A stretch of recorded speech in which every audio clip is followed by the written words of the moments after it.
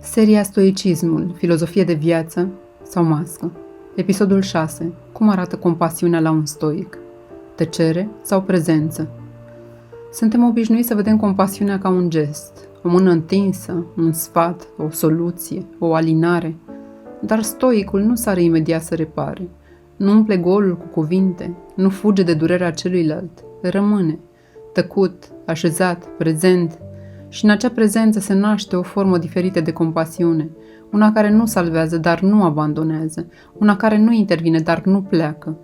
A fi martor, nu salvator. Stoicul știe că nu poate duce durerea al cuiva în locul lui, dar poate rămâne cu el, poate fi martor, poate spune prin simpla lui liniște: nu trebuie să fugi, sunt aici și tu poți să fii aici cu tine. Adevărata compasiune nu e intervenție, e spațiu, e tăcere care nu judecă, e apropiere fără presiune, e sprijin fără a prelua responsabilitatea. Tăcerea stoică, evitantă sau conștientă? Depinde. Dacă taci ca să nu te implici, e fugă. Dacă taci ca să nu simți, e protecție. Dar dacă taci ca să creezi spațiu pentru celălalt, e iubire. Stoicismul autentic nu cere detașare rece, ci echilibru cald. Să nu te pierzi în drama celuilalt, dar nici să nu o ignori. Să poți să fii acolo clar și blând, să nu te simți responsabil pentru vindecarea lui, dar să fii parte din susținerea lui.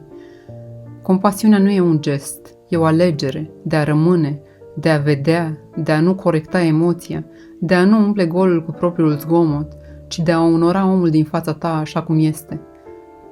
Exercițiul stoic al compasiunii. Când cineva suferă, întreabă-te: vreau să ajut sau vreau să scap de disconfortul meu? Lasă spațiu, privește cu blândețe, spune mai puțin, ascultă mai mult, rămâi acolo chiar dacă nu ai soluții. Întrebări pentru tine.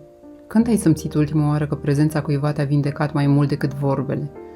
Ce simți când nu poți face nimic pentru celălalt? Poți rămâne aproape fără să intervii? Ce s-ar schimba dacă ai înlocui graba de a repara cu curajul de a fi martor? A fi stoic nu înseamnă să fii rece, ci profund conștient. Să alegi tăcerea nu ca evitare, ci ca dar. Să fii acolo, nu ca să salvezi, ci ca să sprijini libertatea celuilalt. Și ca să știi uneori că cel mai plin de compasiune gest e să nu pleci.